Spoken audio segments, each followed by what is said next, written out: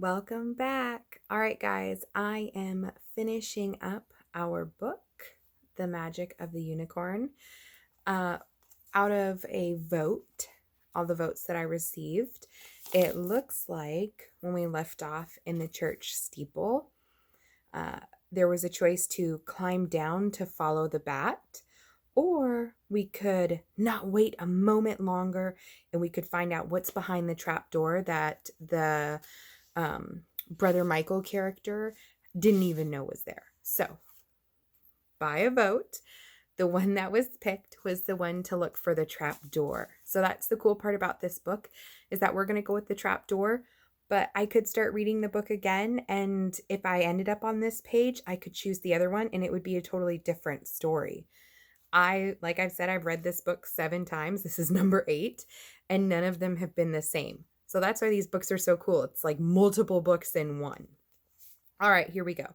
So remember, we saw the trap door, and you said, "What's behind the trap door there?" you asked Brother Michael.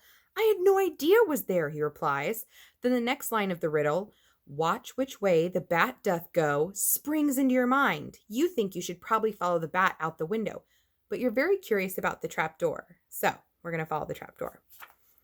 And it says turn all the way to page 73. So we're going really far. Lots of pages in this book, lots of choices to figure things out. "I'm going to see what's behind the trap door," you tell Brother Michael. "I'll keep the villagers outside so they won't distract you," he calls to you. "Be careful." The bell rings loudly as you climb up the rope. At the top, you crawl through the opening into a small, dark compartment. The tiny room is empty, save for a large goblet brimming with a clear, colorless liquid. Hesitantly, you take a sip.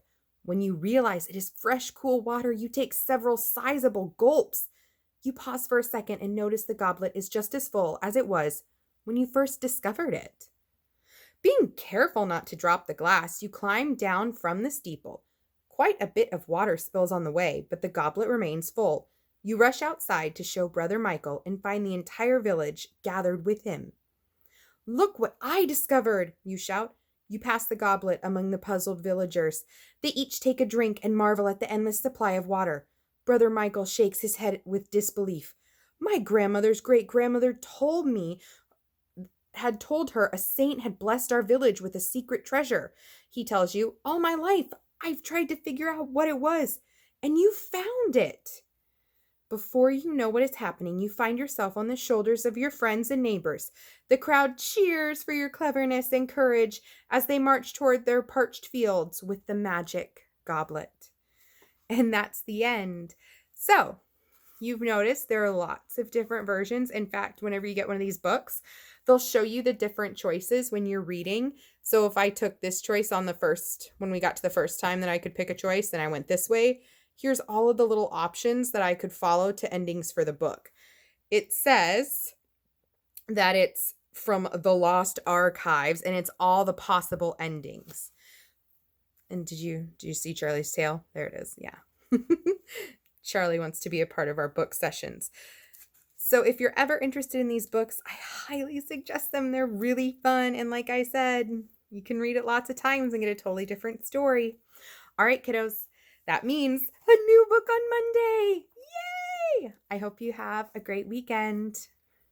I'll see you Monday.